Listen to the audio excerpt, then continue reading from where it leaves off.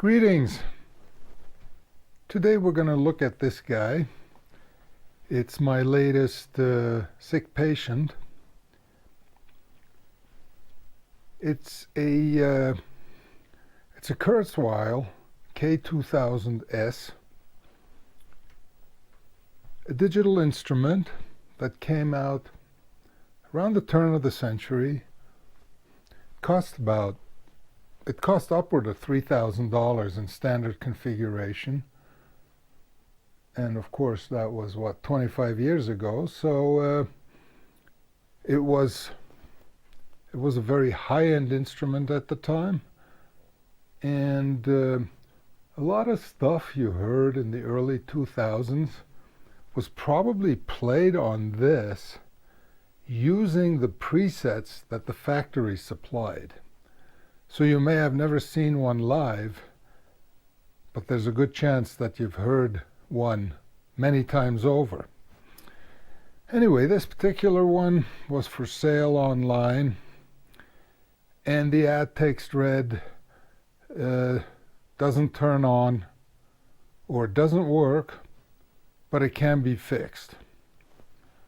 Well, that was extremely descriptive, but somewhat superfluous. I mean, theoretically, anything can be fixed, right? But anyway, I made a lowball offer on it, and to my surprise, the offer was accepted, and it arrived about a week later in the original factory box, along with the box itself having water damage and the beginnings of mold. So I didn't even bring it into the house. I opened it in the garage, opened it up, and noticed that the styrofoam inserts that were supposed to hold it in place, well, there was only one of the inserts, so one side was held in securely, and the other side was flopping in the wind. But it made it unscathed. So probably like the Heathkit computers, this is made out of some real hard plastic or fiberglass, and I could not see any damage to it, any physical damage externally. Has a few marks, but no big deal. But I plugged it in, and the ad copy was correct. Doesn't do anything. So looking at it, we got a pitch wheel and modulation wheel, 3.5-inch high-density disk drive, volume and data slider, whole bunch of buttons, a 240 by 64 graphic display, and I'm going to make a guess right now, or, well, make a guess that the backlight doesn't work. More buttons, scrub wheel, and this is the K2000S model, and what the S means is that it was even more expensive than the base model, but the base model didn't allow for user sampling on the instrument. You had to pull in your samples from somewhere else. This one has a board installed that lets you sample in stereo up to 48 kHz, I think, which of course nowadays doesn't mean much if you have a computer, but at the time it was a big deal. So there's your overly lengthy intro, but let's get to work. I started to film everything in excruciating detail, but every time I fixed something, another issue popped up, and by the time I was on like fix number 3, the video was getting really long and boring. So at that point I abandoned the blow-by-blow video, started working on it.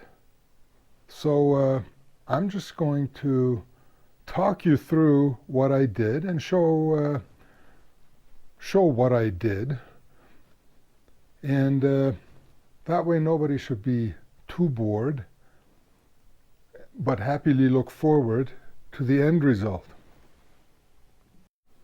Well, here's the inside of it. It's sitting upside down. The keyboard, of course, is over here. And here are the innards. And to go over this quickly, well, we have a transformer. We have the audio / power supply board, which is this one, which also contains an effects processor, which is this ASIC. D to A converters, some of the power supply detail back there. This is the digital board right here that handles all the sampling. It has some options here. It has 3 ASICs like this that handle the fetching memory, manipulating it. There's nothing analog on this board. Sampling memory, 30-pin SIMs, and then we have partially hidden here. This is a sampling board, which you plug your source into back here. That basically has the A to D converters and sends all the data to this board over here. And finally, there's the floppy and the pitch and modulation wheels. But let's start with the major problem, which was it didn't turn on. So when I first opened it, of course, well, must be the power supply, right? Well, we got a transformer, and all of the regulation is done in this area over here. Except I noticed that this cap wasn't in here, but rather this cap was sitting here, like kind of like this, in place of this, but in this exact orientation, disconnected, held in place. I don't know how it was held in place. It was sitting between this cap and this connector over here. But of course, looking at the schematic, it was immediately evident that this is, or this was, smoothing cap for the unregulated 5 volts. Well, somebody had gone in and desoldered this and then stuck it in here like this. It's hard to explain, but that's what I saw. And it was stuck. It wasn't even floating around. It was just somebody had, I don't know, put some sticky something on it so it would stay in here. Maybe to do the next guy like me a favor to say, hey, I belong here, but something's wrong with me. Now, if you look at this closely, you know, it does look like it's bulged, but some caps look like this naturally. This isn't really bulged. It's built this way. I think they left a dome in here on purpose when they made the capacitor. And I've seen others, and they have the same bulging thing on top going. But, you know, it seemed pretty obvious. Anyway, I measured all the voltages on here. There were 6 or 7 different voltages, plus minus 15, of course, 5, another 5 marked reference, minus 5, a 12. You name it, it had it. And, of course, as expected, the 5 was not there, because you take the smoothing cap out, you get such a high AC component in the unregulated 5-volt voltage, can't regulate it. So, of course, the first step was, I did measure this capacitor. It's supposed to be, what, 22,000 microfarad. It read about 11,000, so it was going bad. But, I mean, it didn't... It was deteriorated, but it wasn't bad. But anyway, I put a new one in and proceeded to see what would happen.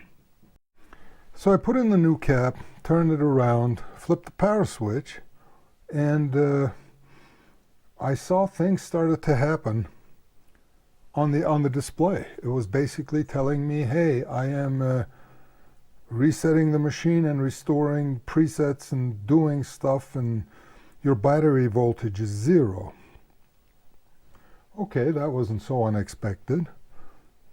I mean, it was unexpected that it would come up, but it did power up.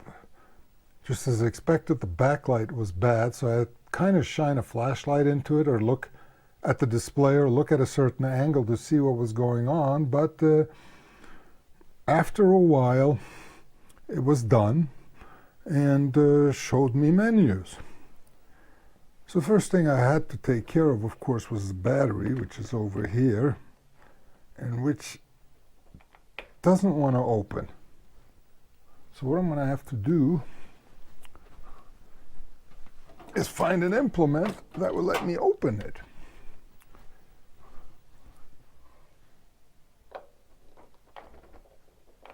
Come on, okay.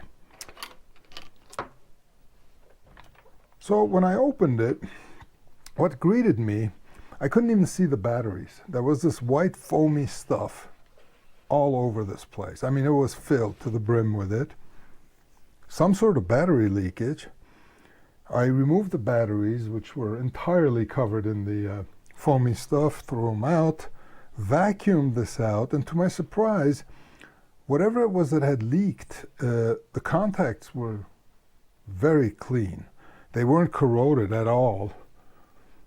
There was very little of the white stuff on, but I got most of it off just using a Q-tip and alcohol. I put new batteries in, and I turned the device around and turned it on. And of course, as expected, it went ahead and said, hey, I'm initializing the instrument, but that's because it didn't have a battery. Hopefully, though, this time, after initialization, it would remember it. And once it was initialized, I turned it off, let it sit for a few minutes, turned it back on again. It did not reinitialize, and told me that I had good, like 3.8 volts on the battery. So that was step number 1. It came alive, and now it was time to actually use it and see what it did or didn't. So I turned it on and started pressing buttons and doing stuff, and what I immediately realized was that most of the buttons were either very hard to use, you had to press them down pretty hard, or some of them didn't work at all. And that was kind of bad because there's a built-in self-test where you have to hold down buttons number 1, 2, 3 when booting up. But both 2 and 3 were not working, so I couldn't even get this thing to go into self-test. So the next step was to go in and do a major cleaning. I mean, another thing I tried was the scroll, the scrub or scroll wheel here was extremely unreliable. It had a mind of its own. The volume was really crackly. The data slider did not work too well. It was hard to tell. I mean, it doesn't make crackling noises because this is just a digital control, but yeah, things didn't look too good there. And it made some sort of noise, but the pitch wheel was all over the place, and so was the modulation wheel, which barely worked.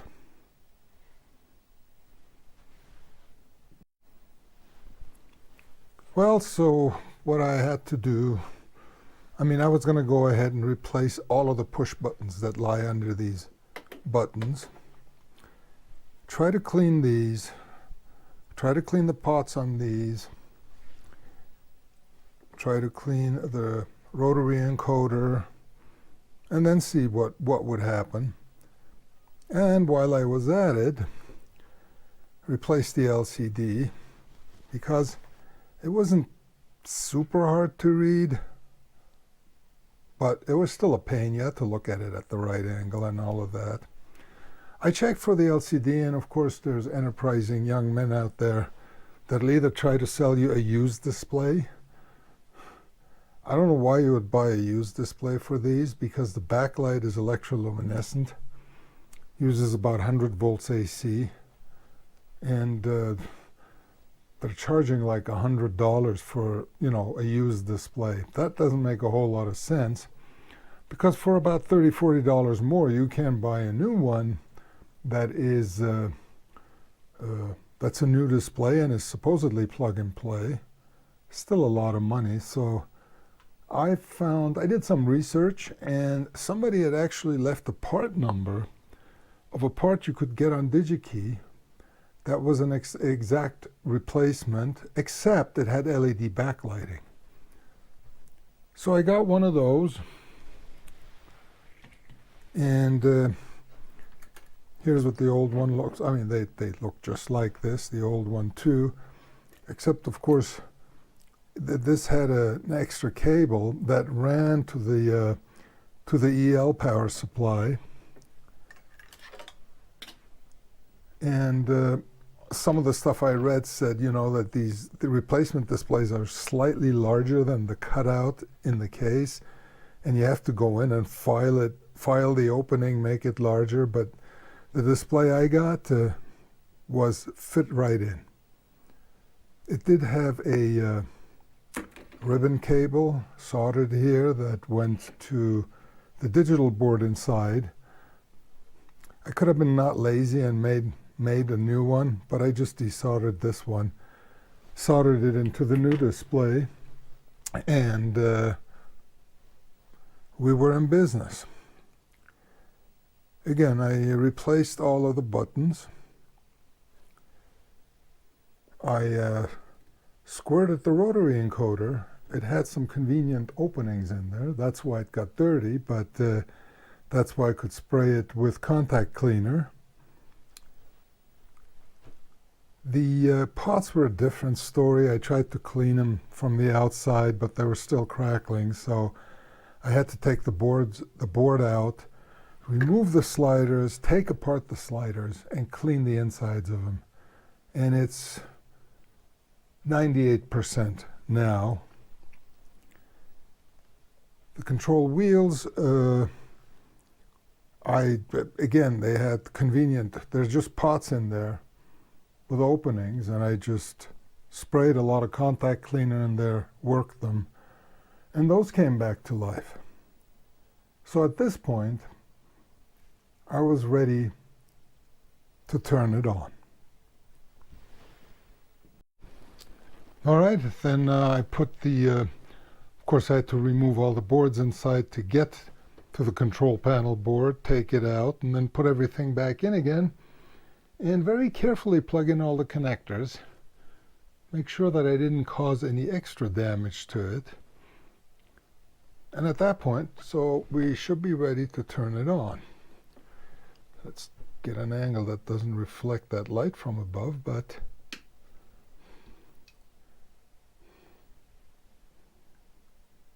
and there you go, it comes right on. So it advertises itself as offering VAST, which stands for Variable Architecture Synthesis Technology. All that means is the digital part is completely patchable, but there's no patch cords. You have to menu dive to do anything with it. So at this point, it was time to start. It had like 200 presets in it, but you could load up to a total of 1,000. So at this point, I downloaded some software and tried out the floppy drive. The presets are small because they utilize all of the samples that are contained in ROM in the instrument. So that was like a 600K file that you put in and load, and you end up with lots of presets. Of course, the disk drive didn't work. It spun, but it was pretty loud and making grinding noises. But fortunately, it was just, well, even I see a lot. It was completely dried out. And even for the first time, I've cleaned drive heads, but this one was, the Q-tip came back filthy when I cleaned the drive head too. So I was pretty sure that cleaning it up, getting rid of the old petrified grease and putting new grease on the stepper rails would fix it, and it did. The drive started to work. And so now if we look at this, you can see, I mean, up to 199 are the standard factory presets. And if there is no preset, you know, like in 200, there's no preset, it doesn't even show up. 200 doesn't show up. It just goes to 199 and then rolls over to 1. However, after I loaded all of the other presets, we now can go to, and notice how nicely the buttons work, single click. But we can see there are presets all the way up to 99, and then it turns around and hits number 1 again. So the drive worked, and what this also proved was, I mean, this has all sorts of memory inside, but they have a certain section of memory called PRAM, and I think that stands for program RAM. And that's the part that is battery backed, and that's what holds all of the presets. And when you lose a battery, it loses all the programs. So this is so we were at a point where it was, the time had come for me to start and listen to it. And before I forget, while I was in there and I had the control panel in front of me, all of these modes, I mean, they have LEDs showing what mode you're in. But originally, these LEDs were red. They show up real light, but they're a blue, kind of matching the display, the background of the display. So what I did was I took all the red ones out and personalized it for the artifact stable. And the blue ones, well, it might not show up well, but they look a lot nicer than the red ones. And the intensity is just right. I didn't even have to replace the limiting resistors on them. So next, I thought we were in good shape, so I started testing it a little bit more in depth. And the first thing I found was that when you turned on the instrument while it was plugged into an amp, you got a pretty loud thump. And I was pretty sure these have muting circuits in them, and then when I turned it off, I got a really loud thump. I mean, it was close to a speaker damaging thump, so I had to find out why that was happening. On top of that, I had only used the left output. It's got a total of 3 pairs of outputs. The mix outputs, then it's got a bus A output and a bus B output. And that has something to do, like you can route effects to bus A but not to bus B, and I haven't figured that part out yet. But what I was using was this output originally. It said mix out left, but it also on the back panels in parentheses says mono. So this will actually mix left and right if nothing is plugged in to the right output. So now I had things plugged in here and here, and I found out that the right output the music, the sound was really, really low pitched, and there was a lot of noise coming out of it. So we had two problems. The first one was to look at how does the muting circuit work. Well, there's a mute signal, and we got these N-channel field effect transistors that, if turned on, short the audio signal to ground and basically try to prevent loud thumps. I mean, you can still, when they're fixed, you can still hear a click, but it's nothing near what it did when you turned it on, or even worse when you turned it off. And you can see that all the outputs have that same kind of protection on them. So I pulled, these are, what are they, J109s. I basically found this, and this one were bad. And what was causing most of the noise here was this one was partially bad. So even if it was turned off, it was still partially conducting to ground and just generating, I don't know, generating a whole bunch of noise that got fed to the output and overpowered the actual audio.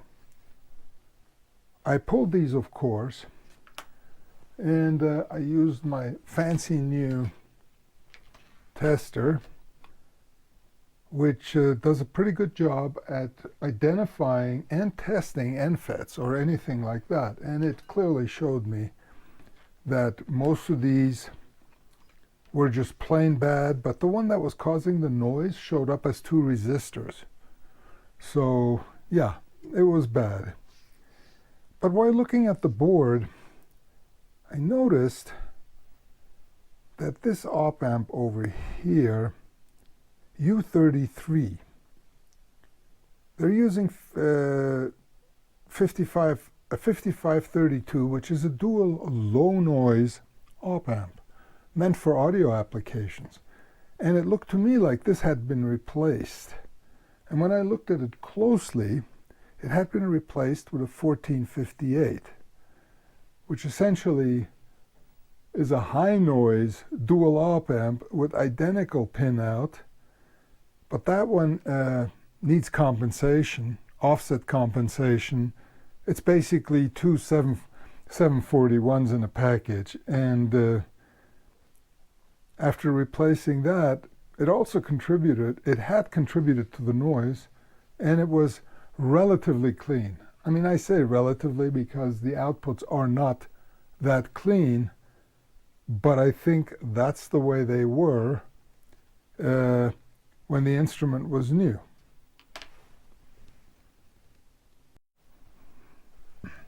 So here's the affected area. Over here you can see the op amp I was talking about, this now socketed. I removed the 1458 and put a proper 5532 in here, and then replaced the NFETs 1, 2, 3, 4, 5, and 6. These two were good, but since field effect transistors are a lot more sensitive than regular transistors, I think that happened because there was a lot of live plugging in and plugging out of audio cables over here, and that will cause, see, they're unprotected. They don't have clamping diodes, so if you are introducing any sort of voltage surges, either positive or negative, it will take the NFET out. So that was done. I also tested the sampler itself. I just connected it like a DVD or a sound source to it, and one of the channels wasn't working, because when you sample, you can essentially monitor what you're sampling prior to it being digitized. So it doesn't even go to the digital board over there. It just samples stuff through the sampling board and sends it straight out to the main outputs, which are, of course, over here. And yeah, one channel wasn't working. And I looked low and high, and then finally I decided to look elsewhere. And if you see this monstrosity, these shielded cables being soldered directly near this op amp, well, these are coming from the sampling board, which is to the left, and that's the raw input which is being mixed into the output over here. One of these wires had broken off, and it just so happened to be the one channel that wasn't working.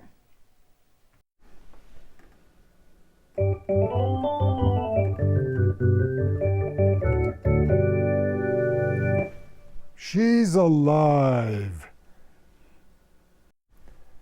Well, it looks like it's working. I only have about 1,000 presets to go through and check out. It pretty much tries to emulate anything from acoustic instruments to synthesizers. It'll do stuff like